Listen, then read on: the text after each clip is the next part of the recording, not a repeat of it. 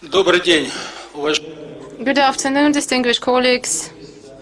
May I declare the meeting of the Dissertation Board open to review the thesis submitted by Kristina Semenovich under the title Grid Connection Agreement, submitted in fulfillment with the requirements for the candidate of law in the subject 120003, civil law, entrepreneurial law, family law, private international law. May I urge you to switch off your mobile devices. Thank you for compliance. May I inform you that today we are having audio and video recording on the website of St. Petersburg State University. The meeting of the Dissertation Board is broadcast online into English language. There is simultaneous interpretation according to the Federal Law 148 as of May 23, 2016, revision of Provision 4 of the Federal Law on Science and Research Policy. St. Petersburg State University and Moscow Lomonosov State University have been granted an exceptional title to independently award scientific degrees. Hereby, scientific degrees are awarded according to the subjects in scientific areas contained in the relevant scientific subjects register issued by the Russian Ministry of Education. A relevant resolution was issued on September 1, 2016, number 6821/1, on the PhD awarding procedure. The present meeting of the Dissertation Board is held in fulfillment of the resolution of April 25, 2016, resolution number 4207/1, and as of April 28, number 4352/1, on the acceptance and review of the dissertation submitted by Kristina Semenovich. May I inform the audience that according to paragraph 17, section 3 on the rules of the PhD granting procedure in St. Petersburg State University, the Dissertation Board is not considered legitimate unless 2/3 or over of the appointed composition, but no less than 4 members are present at the meeting. So today the composition is 5 members, including 2 members online, and we have audio and video visual contact with them, so the quorum is there. According to paragraph 19, section 4, on the thesis, on the Dissertation Board meeting of the aforementioned rules of procedure, may I enjoy the title of the chairman and set the time limit for the meeting. So the time limit, the overall time limit, is not over than 120 minutes. The agenda is as follows. First, a brief report of the chairman on the documents submitted by the defendant. Second, a brief report of the defendant on the findings of the research, 15 minutes maximum. 3, questions as to the defendant's report, 2 minutes per question, and defendant's replies. 4, presentation of the reports submitted to the Dissertation Council. Members of the board take turns to announce their reports, focusing on elaborate argumentation behind their assessment, as well as questions and suggestions addressed to the defendant, 10 minutes per each member. Number 5, general commentaries of the defendant addressed to the members of the board and external reviewers, 15 minutes maximum. 6, open discussion and statements by members of the audience who are not members of the board and who are not external reviewers. Only strictly relevant suggestions, questions, and feedback addressed to the defendant are accepted. 5 minutes per every speaker. All willing to take the floor should register in the registration list beforehand. Please introduce yourself before delivering your statement, as well as tell your position and place of work. So the registration paper is on the first table. Next, defendants' replies to statements of the audience who are not members of the dissertation board and are not external reviewers. 5 minutes maximum. Statement of the research supervisor is next, 3 minutes maximum. And next is to come a 5 minutes break. Before open voting on awarding the defendant with the aspired academic degree or not awarding with it. The discussion between members of the dissertation board is not broadcast online.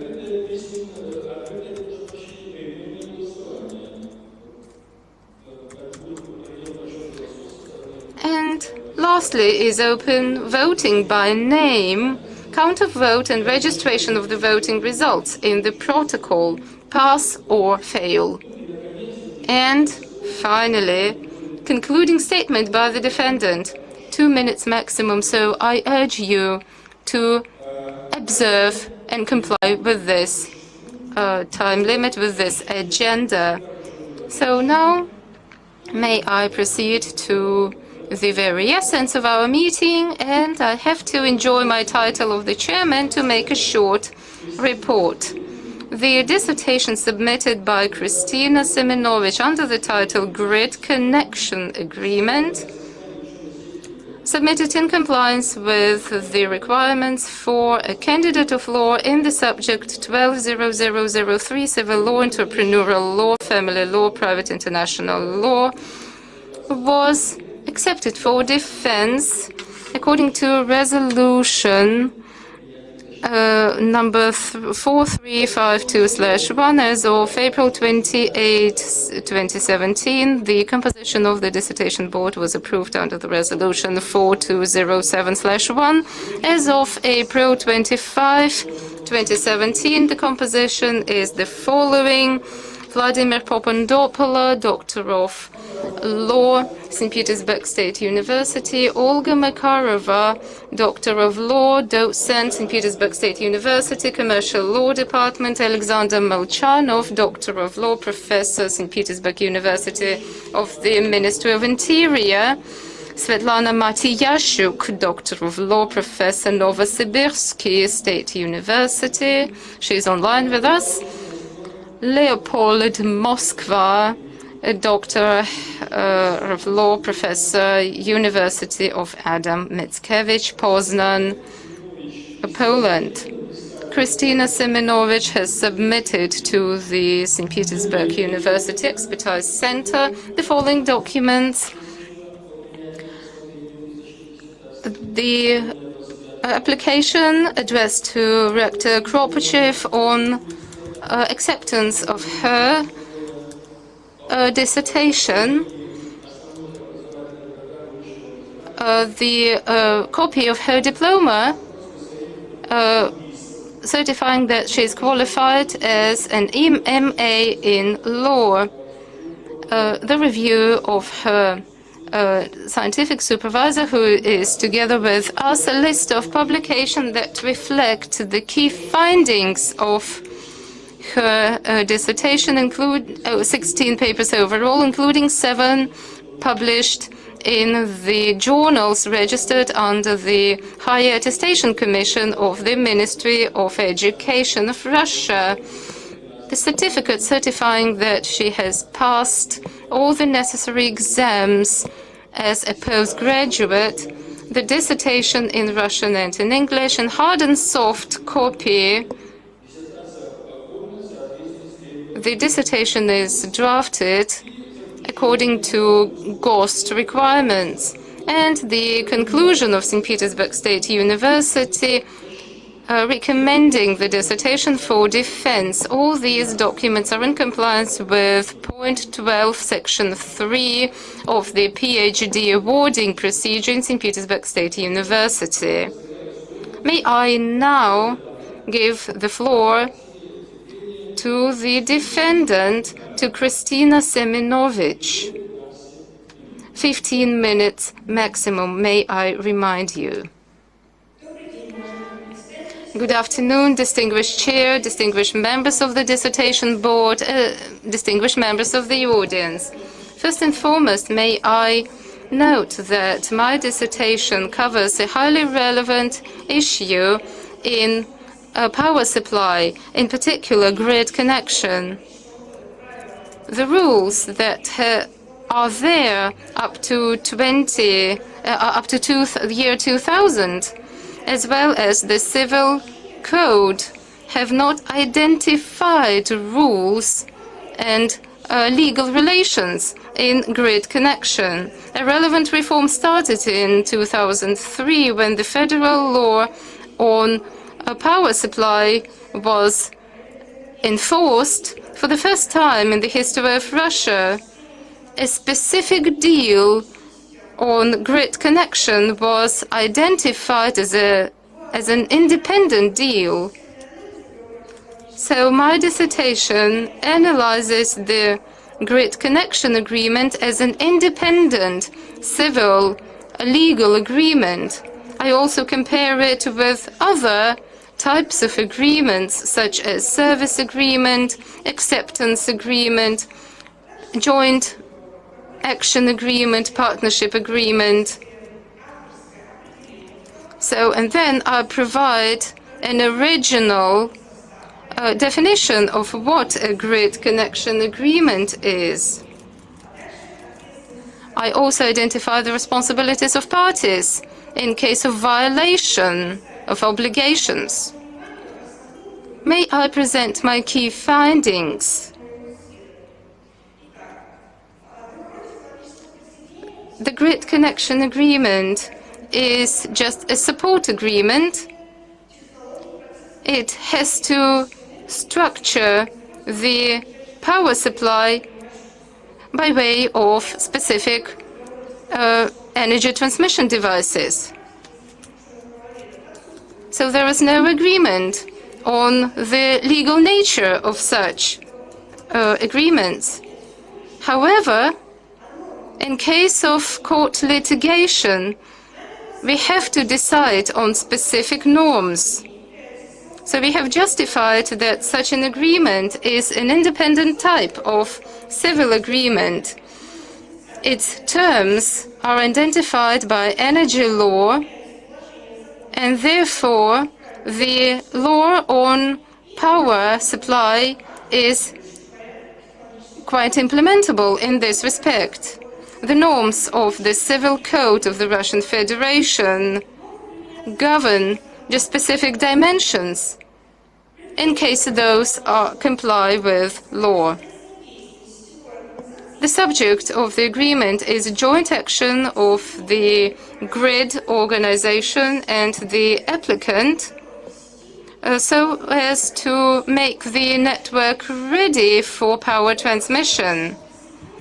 Grid connection agreement to us has to be identified as an agreement under which the grid organization, within the specified time frame and according to technical framework, takes its obligation to perform a set of actions and events to connect power supply, to provide power, whereas the applicant takes its obligation to pay the stipulated price. The grid connection agreement covers two types of power sources: standby power sources and independent power sources. A standby power source and the possibility to independently install it is not stipulated by law.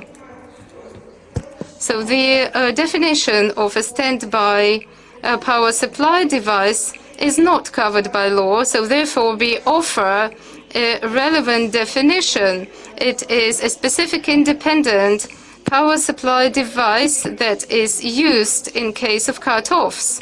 For example, energy generating system that function on fuel or chemical reaction.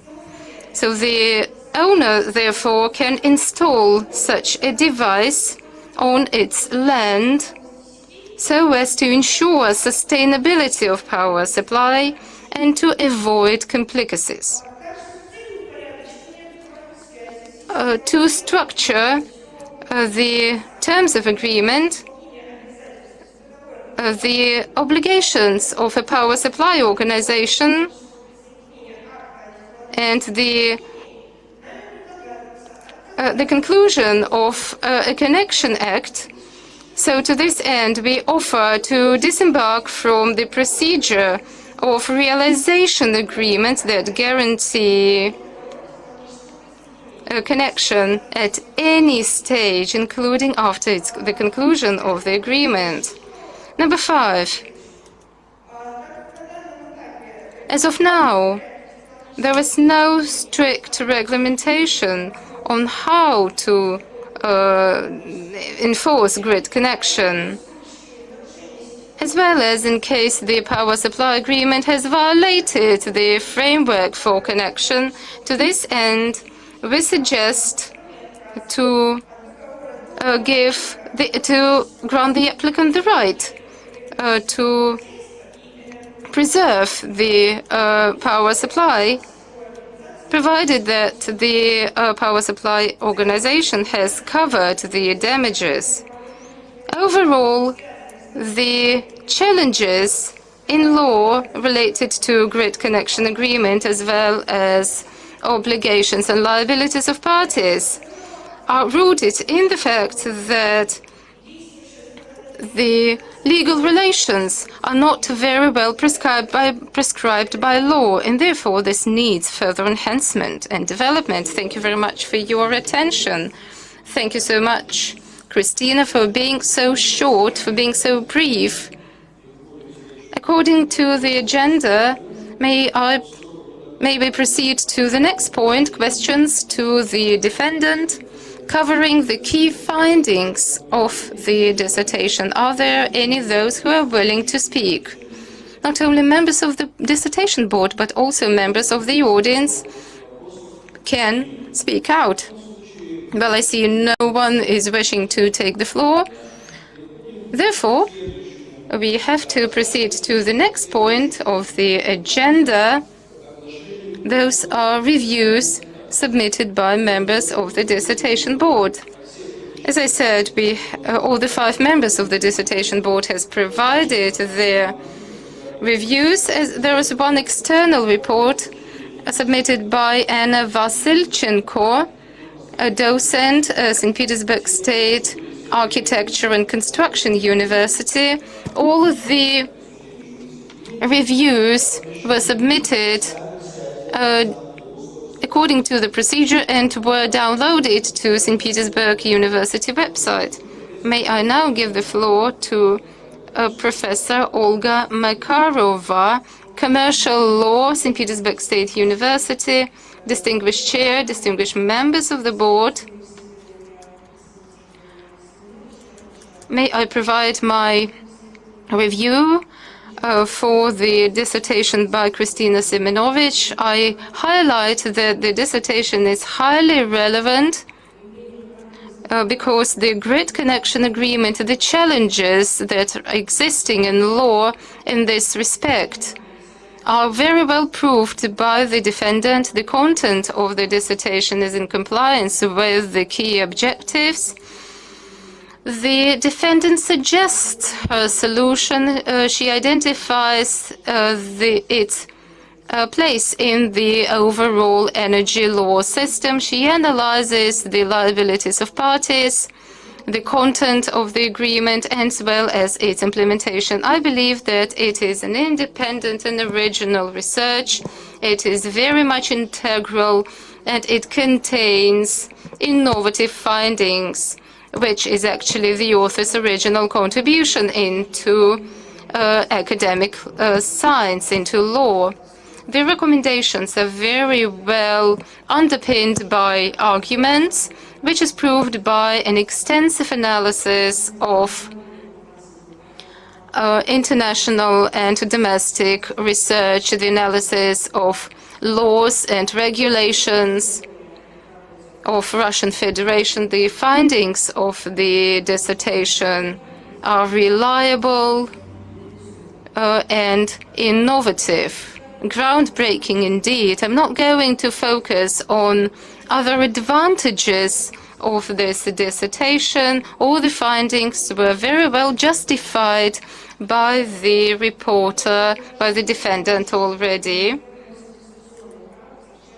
Well, to my mind, there is also some field for discussion. I believe that the first finding needs further argumentation, better argumentation, covering the relation between energy law and civil law, in particular, in what provision of the energy agreement has to be in compliance with civil law or can implement civil law.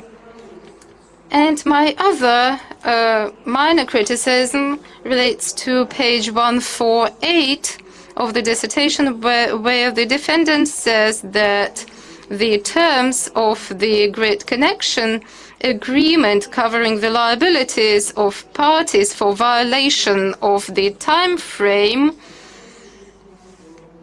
has to be one of its pivotal conditions.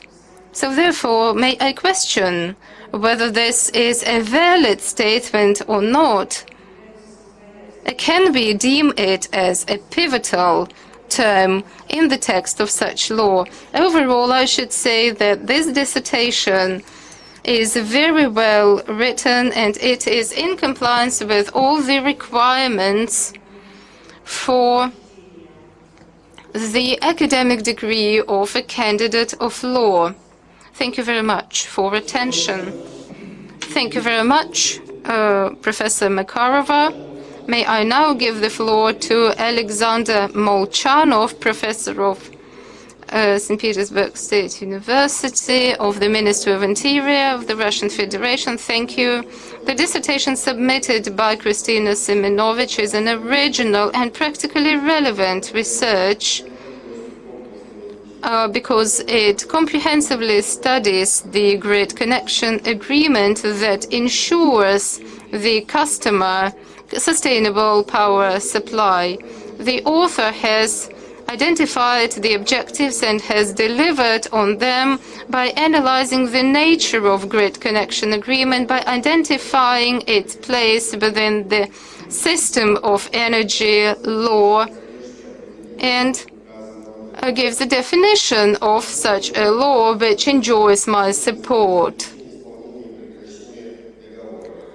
The author also addresses such issues as conclusion, implementation, and termination of the agreement. The author has covered original groundbreaking issue, for example, the necessity to vest in law the rights of the owners of energy supply devices, as well as the right of such an owner to install an independent energy source. The author also gives a definition to a standby power supply device. These efforts to enhance energy law allows us to improve energy supply mechanisms and mitigate risks in energy supply. The conclusion that the existing coverage of grid connection agreements in law needs further enhancement. So the theoretical relevance of this paper is that the defendant has developed a very well scientific basis for further study of the legal relations in this respect. Hereby, the defendant relies on the existing literature, research, and legal practices. All this allows me to say that all the findings, all the conclusions are underpinned by very logical argumentation. The author is very clear. The argumentation is very well drawn and conclusive.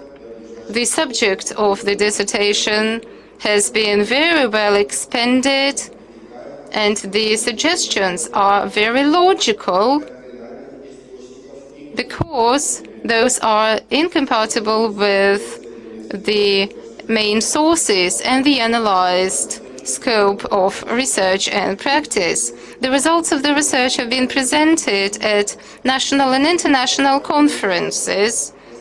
However, as any academic research, this dissertation allows some scope for further criticism, and therefore my suggestions. First, the defendant says that the subject of a grid connection agreement is identified by the actions of the grid organizations in providing services for energy supply to the power devices of the applicant. So the subject of such a law is identified, however, by Mr. Svirkov and stipulates that the physical contact with the grid network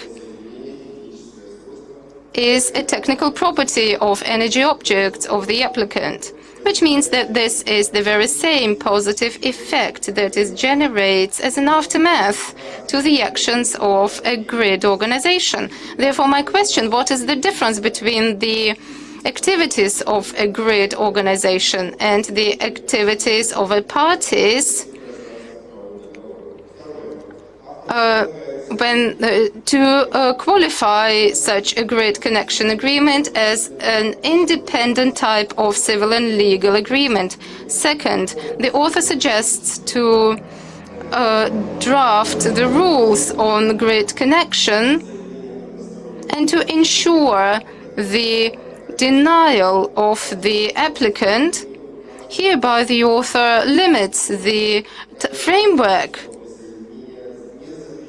The rules of grid connection are not a violation in this respect.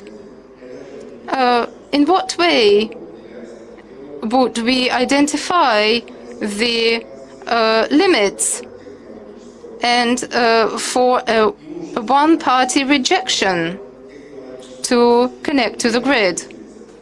The liability and the property liability is something more than just paying fees or damages. So how would those damages be covered? How does this relate to the position of the author, saying that we cannot equal the rights of the applicant and the grid organizations? So all of those recommendations do not invalidate the findings of the research.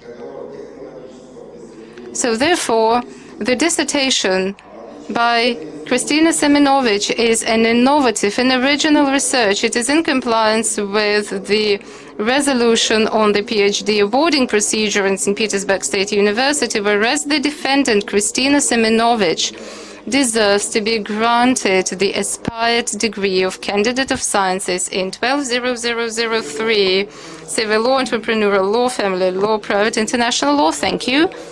Thank you, Mr. Molchanov. May I now give the floor to Svetlana Matyashuk, Professor of Novosibirsk State University, Doctor of Law, Professor. First and foremost, may I extend my gratitude for the opportunity to speak and to be here as a member of the dissertation board. May I now proceed to my review. The relevance of this paper is undoubtful. It is reasoned by the strategic challenges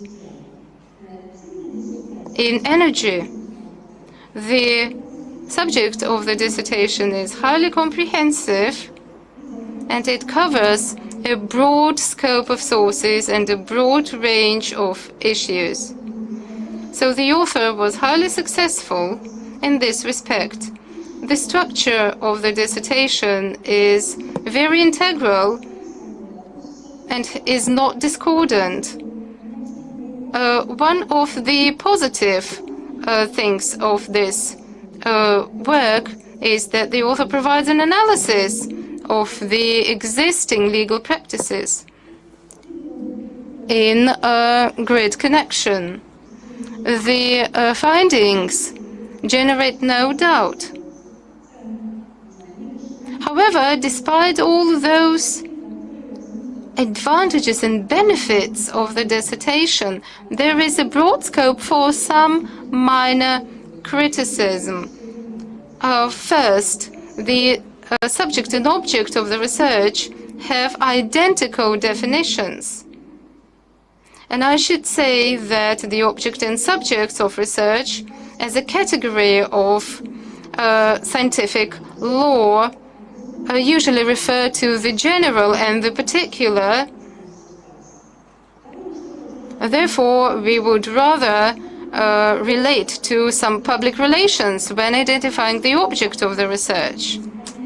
I have some doubt whether the concept of a consumer is inadequate.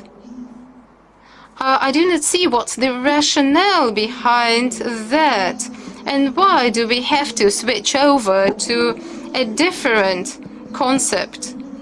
I believe that changing concepts and changing terminology would cause more intransparency.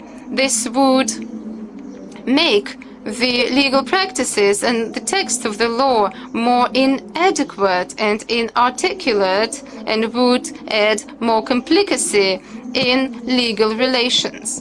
The second point in the findings presented for defense, which relates to the definition of the grid connection agreement, has very little argumentation behind that. Unfortunately, the defendant has failed to identify the specific properties of the grid connection law, in particular what makes this agreement independent from other types of agreement. With all that in mind, I should say that these minor recommendations do not invalidate the dissertation by Kristina Semenovich. Therefore, my conclusion is that the dissertation submitted by Kristina Semenovich under the title Grid Connection Agreement is a valid research in the law and in compliance with the St. Petersburg academic degree awarding procedure in St. Petersburg State University, whereas the defendant, Kristina Semenovich, deserves to be awarded the aspired degree of candidate of law. This is it for my part. Thank you very much, Madam Matiyashuk, and may I now give the floor to Professor Leopold Moskwa, Adam Mickiewicz University, Poznan, Poland. Professor Moskwa, do you hear us? Yes, I do. That's fine. Distinguished Chairman, distinguished colleagues, first and foremost, I would like to say that I'm highly grateful for the opportunity to intervene, to make my contribution in the work of this dissertation meeting at this highly prestigious St. Petersburg State University, and even more prestigious, the Faculty of Law. I'm not going to read out the entire text of my review. I would like just to focus on some particular issues. So the dissertation is highly relevant, there is no doubt. It is relevant not only in Russia, but I should justly say in the EU countries as well as Poland. So the choice of the topic is brilliant. As for the structure of the dissertation, it is logical. The dissertation includes the introduction, 3 chapters, the bibliography. As for the structure, I have only one question. It is about chapter 1. The topic of this chapter is the grid connection agreement in power supply in Russia. It has 3 paragraphs, so I would like to address paragraph 1,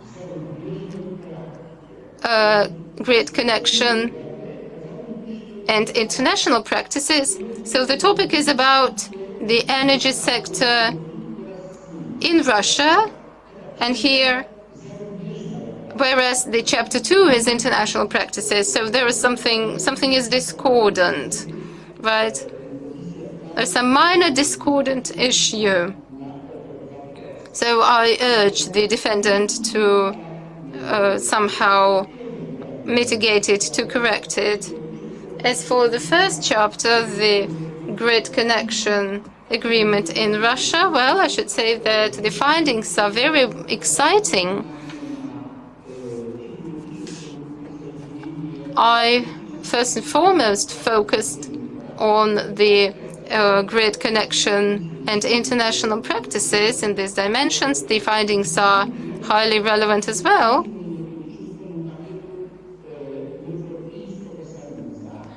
So the defendant focuses on the energy portfolio of the EU. Therefore, my question, which may not be so closely related to the topic of the dissertation, but probably Christina has an opinion. Therefore, my question. So what's your take on this third energy portfolio of the EU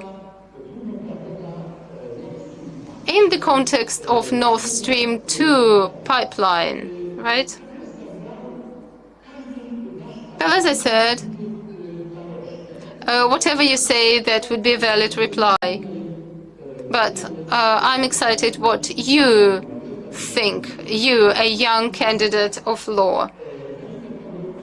So this is my second question. The second chapter, here you cover the elements of grid connection agreement. It's just a classical set of what has to be mentioned: the subject, the side, the parties, the price, the time frame, and the overall content. So the findings are very valid and justified, and I therefore would like to set my next question.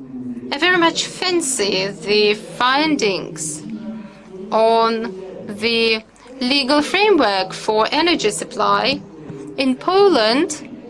Well, this is a challenging issue as well, and answers vary. So my question is about the legal practices in energy supply, right? What's your take on that? And the last chapter has 2 paragraphs covering the amendments and the termination of the agreement, as well as liabilities of parties.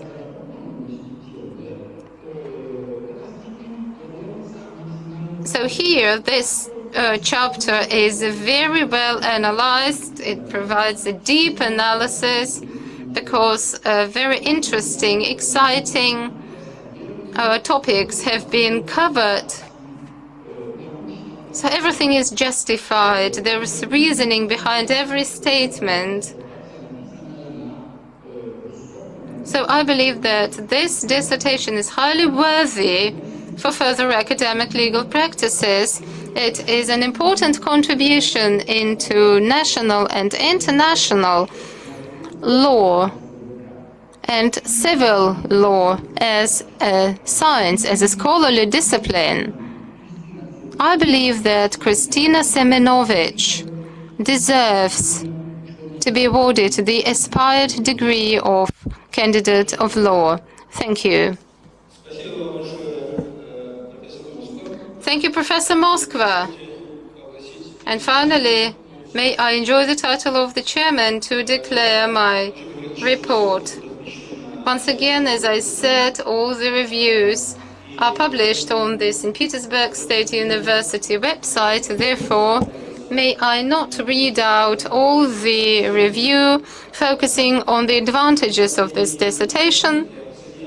I believe that this dissertation is highly valid, so I join what has already been said, I mean, the laudative part that has been mentioned by my colleagues. I would like to highlight the relevance of this topic because discussion is there, debates are there, and law is being amended, and there is a huge scope for further negotiations. I would like to highlight that the structure is very logical.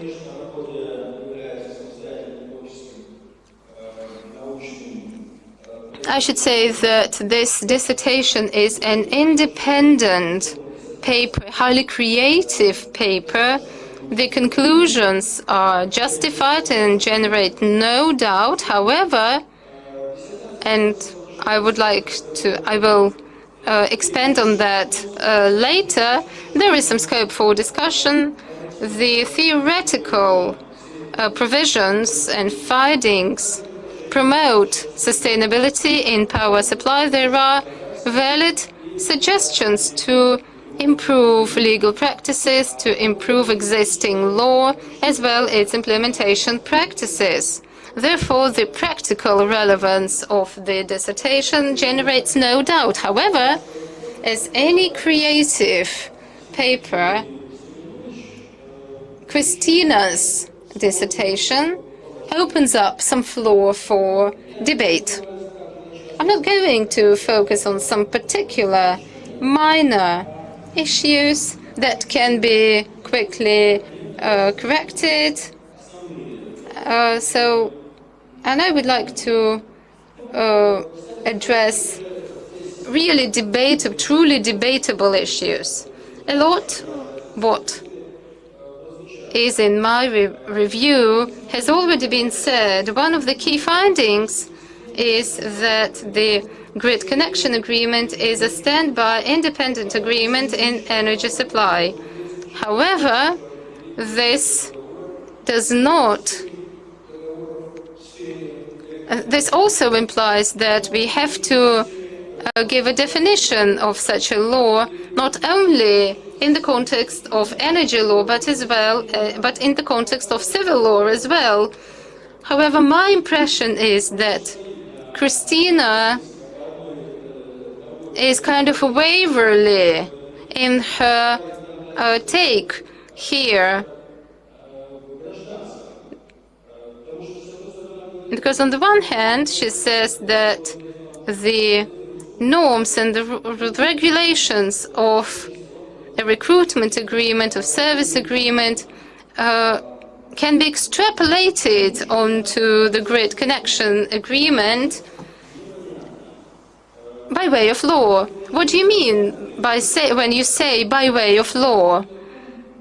Some provisions in this paper allow me to arrive at an idea that the grid connection agreement is a type of a service agreement, like leasing is a subtype of rent agreement. The delivery agreement is a subtype of the service agreement. Therefore, it has to find its place in this scope of civil laws and civil agreements. It cannot be isolated. May I underscore that the author herself quite often refers to the fact, however she does not entirely support it, that the Great Connection Agreement has some relation to a payable service agreement. So my next point of criticism is that in the rules of the Great Connection Agreement, the applicant has his right, the customer has a right to disembark from the Great Connection Agreement before the physical connection has been performed. However, if you refer to the rules of technical connection, you may see that those do not ban a prior implementation of the obligations of a grid organization. Therefore, my question is whether the scope of such a rejection will be identified in the law. My last point is that the liability of parties is not limited by paying fees, by repaying damages stipulated under the agreement, and therefore one of the parties has to replenish such damages. How does this comply with the impossibility of practical equation between the applicant and the grid organizations, because those are unequal in their position? So why are you making this more complicated? And lastly, it's just a general question.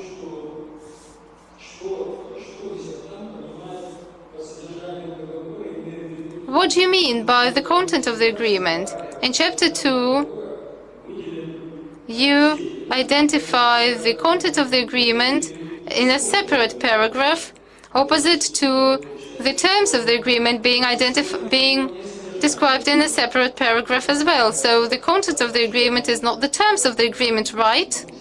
Am I right or not? So what's your take on that? How do those go together?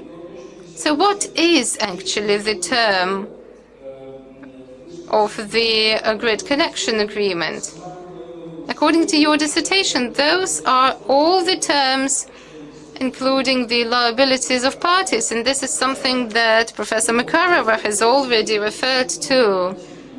But, however, provided that such terms are regulated by acts and rules and regulation, and there is no possibility to negotiate these terms, is that a valid term?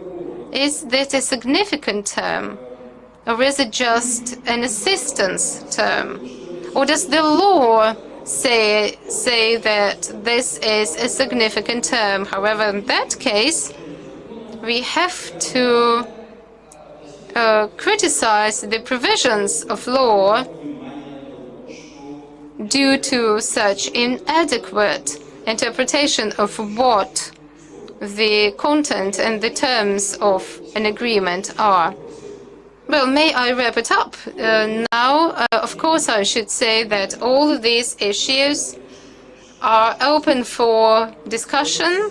There can be various answers, and those do not invalidate by no means the contribution of the defendant and the scholarly importance of this paper. May I now declare that the dissertation submitted by Kristina Semenovich is in compliance with the requirements for the candidate of law in St. Petersburg State University, whereas the defendant deserves to be awarded the academic degree of candidate of law in the subject 12003, civil law, entrepreneurial law, family law, private international law. Thank you.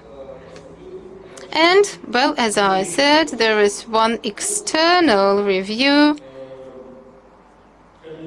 submitted by candidate of law, Economic Safety Law Department, docent, St. Petersburg State Architecture and Construction University, Anna Vasilchenko. This is a laudative report. It is published on St. Petersburg State University website, so may I not read it out? It is clear that the reviewer underscores the relevance of the dissertation, which causes no doubt with Madam Vasilchenko. Madam Vasilchenko also highlights the relevance and the practicality of the recommendations and findings. She also notes that for the first time, a comprehensive analysis of a grid connection agreement has been done as an independent agreement, which is independent of other subtypes of service agreements. For example, partnership agreement, recruitment agreement, delivery agreement, so on and so forth.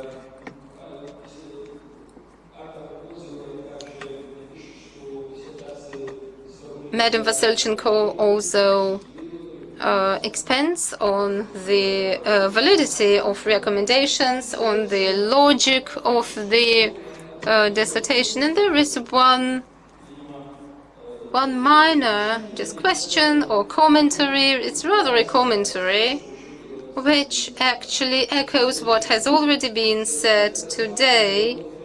So Madam Vasilchenko says that the defendant views the grid connection agreement as an independent agreement, a civil law agreement, which is not covered by the Civil Code of Russia Federation. What is the type of grid connection agreement, as well as the water supply agreements, gas supply agreements, heat supply agreements? What is the type of those agreements if those are not covered by the Civil Code of Russian Federation? And finally, Madam Vasilchenko says that the defendant deserves the aspired degree of candidate of law. So we have finished with declaring the reviews. May I now give the floor to Kristina Semenovich to provide her replies to all the questions. 15 minutes maximum as stipulated by the agenda. Thank you so much, distinguished chairman, distinguished members of the board, distinguished reviewers. Thank you very much for the questions. My reply to the chairman, Professor Popondopoula, may I say that when we identify the legal nature of the agreement, we primarily viewed on the legal relations between the parties, because the ultimate goal of such an agreement is provision of the power. The subject of this law is not echoed by any patterns stipulated in the Civil Code. The terms of this agreement are covered by specific energy law. The conclusion and implementation of the grid connection agreement is there to ensure legal power supply. The result of such a grid connection is a set of circumstances that ensure fair conduct of the customer who applies for energy. The aforementioned is a significant ground to identify the grid connection agreement as an independent type of a civil law. Therefore, the norms that are valid for the recruitment agreement or for payable service agreement is a valid provided that there is a specific situation. Therefore, we have to stipulate and validate legally the right to disembark from a law of one of the parties. Second, so here we provide a definition of a grid connection agreement. The simple partnership agreement covers the specific objectives, whereas the grid connection agreement has a different goal. A grid organization operates with an objective to generate profit, whereas the customer aspires to enjoy power supply. So we do not join the validity of both parties.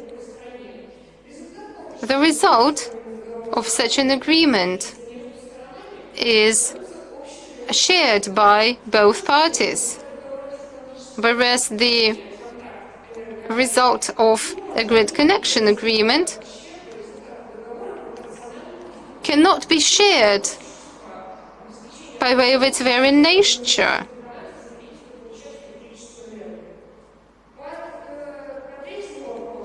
Question number 3. The contents of a grid connection agreement is a set of rights, obligations, and rules between the grid organization and the customer, which are identified in the terms of grid connection agreement and depend on the properties of the energy equipment.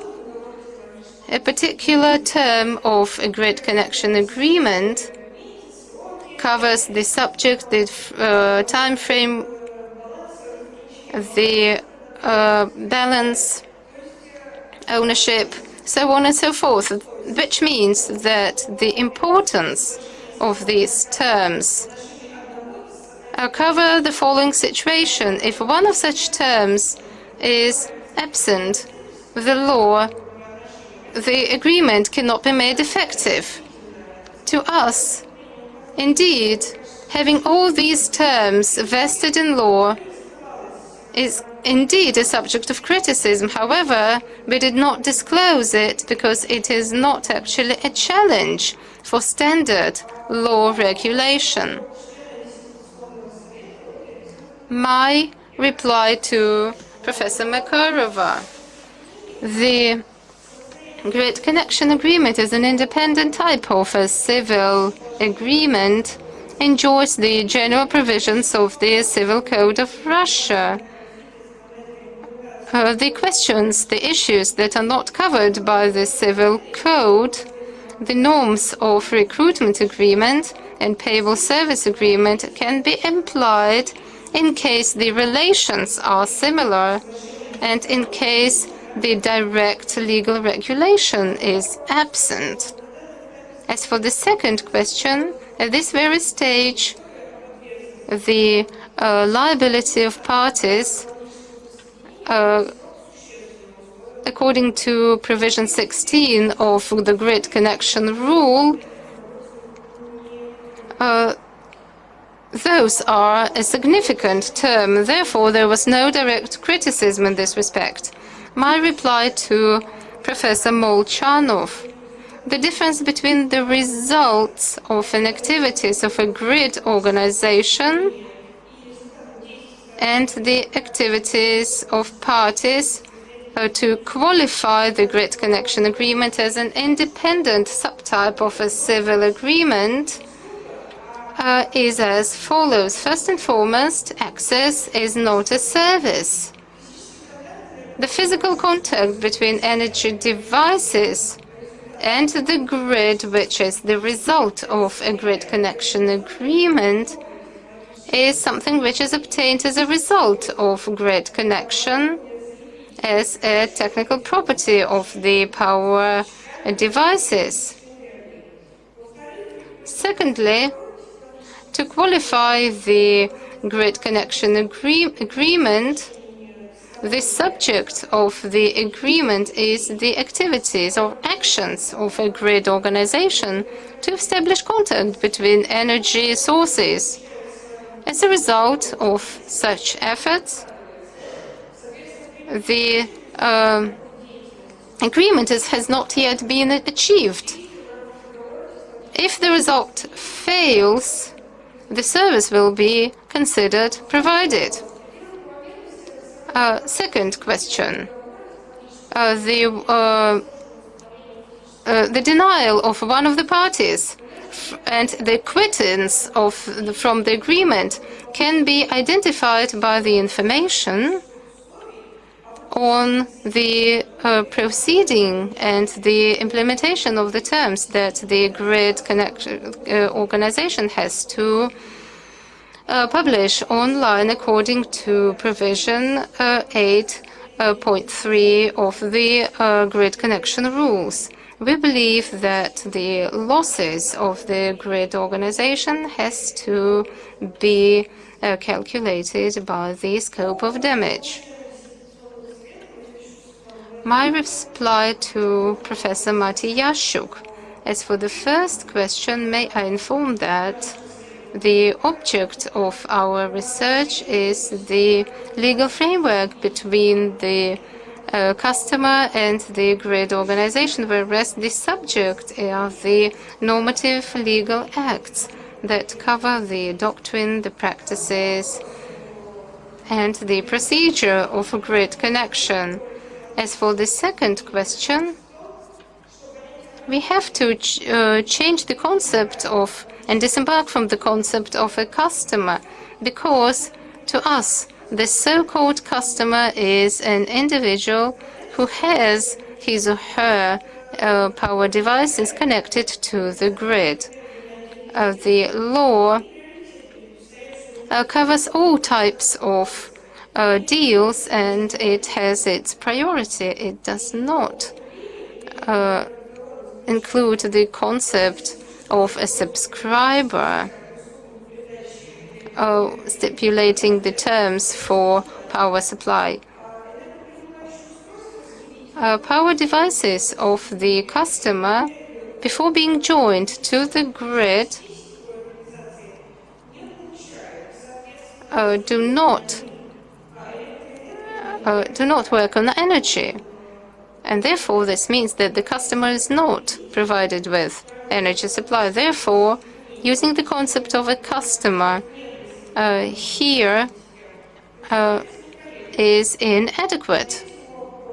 As for the third question, whether the nature of a grid connection agreement echoes its subject, which includes actions of a grid organization to prepare the grid for power supply to the energy devices of the customer. So the grid connection agreement has a specific legal goal, giving the opportunity to the customer to enjoy power supply by way of establishing a physical contact between energy equipment and the grid mains of the grid organization. To us, this integral property of the grid connection agreement has to establish specific rules and regulations. My reply to Professor Moskva. So here may I say that the first chapter is called Grid Connection in Russia, and the paragraph is titled Grid Connection in International Countries. So these titles are there so as to compare the two patterns on how grid connection is done in Russia and abroad. As for the Nord Stream 2, well, in 2018, this will be implemented. So I should note that the status of this project has not yet been solved, and the European Commission actually interferes and gets into the way of the very process of construction. Therefore, only as late as 2018 will be able to give some reply. As for the legal framework, so in energy supply, I should say that energy is just a very specific good. It has specific properties. So therefore, we cannot operate this concept in referring to civil law only. My reply to Docent Valsilchenko, the grid connection agreement, is a different subtype of civil agreement. Therefore, we cannot compare it. We cannot say that it is equal to other types of connections, but actually we decided not to expand on this in my dissertation. Thank you very much for your replies. Once again, as I said, according to the agenda, now I can give the floor to members of the audience who are not members of the dissertation board. Are there anyone willing to take the floor from the members of the audience? No one is willing to take the floor, as I see. Therefore, I believe there are no questions to answer, so Christina will not be able to provide answers to the questions that have not been asked. Therefore, may I give the floor to the scientific supervisor, Doctor of Law, Professor Gorodov, Oleg Gorodov. Distinguished members of the dissertation board, distinguished members of the audience. So I have provided my report in writing. It is also on the website of St. Petersburg State University, so I'm not going to read it out. I'm highly positive. I believe that this research is valid, and the defendant awards can be awarded the aspired academic degree of candidate of law. I also extend my gratitude to all the members of the dissertation board for their active contributions.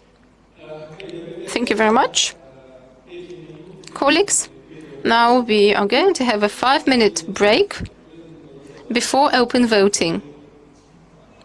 May I urge everyone to leave the audience, because here we are going to have some discussion on Kristina's dissertation, so no broadcasting, right?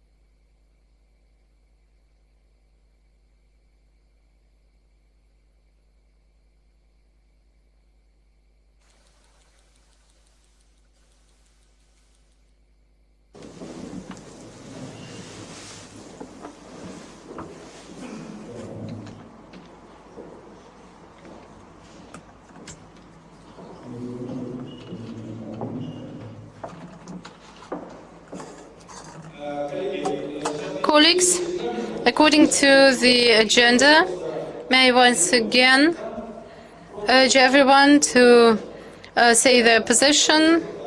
Professor Makarova, I'm in favor. I'm in favor. Professor Matiyashuk, I'm in favor. Professor Moskva, I'm in favor. I'm in favor as well. So,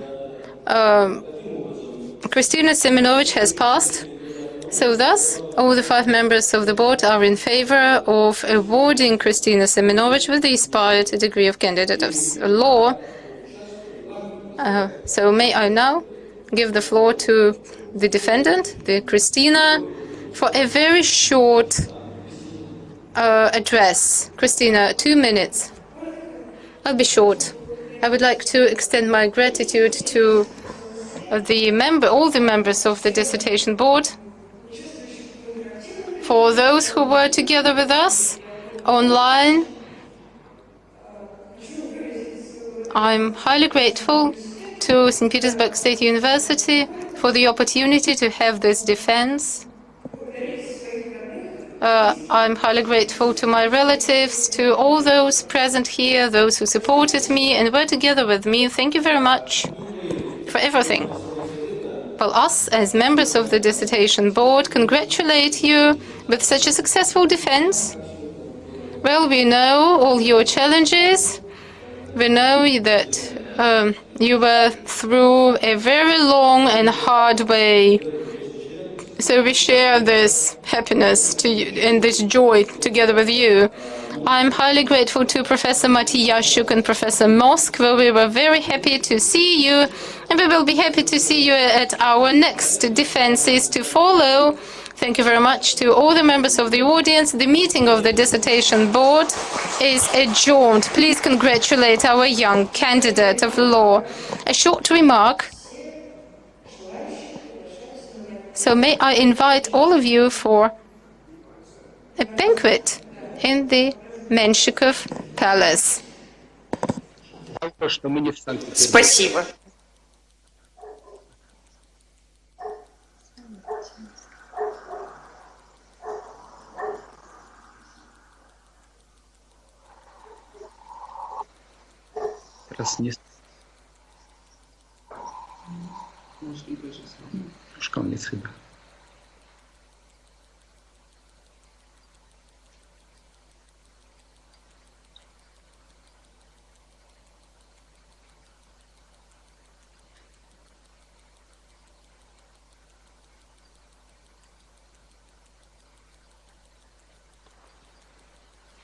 Спасибо вам, Светлана Владимировна, Леопольд Павлович. Прощаемся.